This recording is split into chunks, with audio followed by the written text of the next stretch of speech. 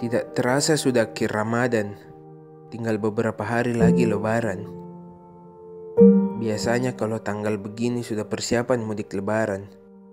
Jujur, rindu kak jalannya Ramadan sama keluarga. Apalagi Lebaran nanti. Di sini sepi sekali sejak pandemi, beda sama tahun lalu. Sekarang kerja dari kos, nggak bisa ketemu sama teman kantor. Betul-betul beda jalannya Ramadan tahun ini.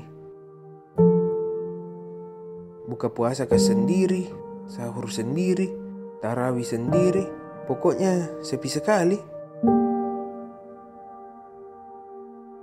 Tahun lalu masih enak Ji, masih ketemu banyak orang, ada kesibukan di kantor, ngabuburit sama teman-teman, buka bersama, ibadah juga di masjid.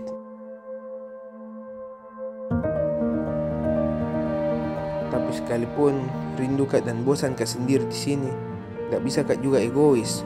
Lebih besar sayangku ke orang tua dan keluarga di kampung. Takut kak bawa virus juga kalau mudik kak. Resikoku kena virus di perjalanan besar sekali. Apalagi juga kota tempatku kerja masuk di zona merah. Jadi mau di apa? Sabar mak saja.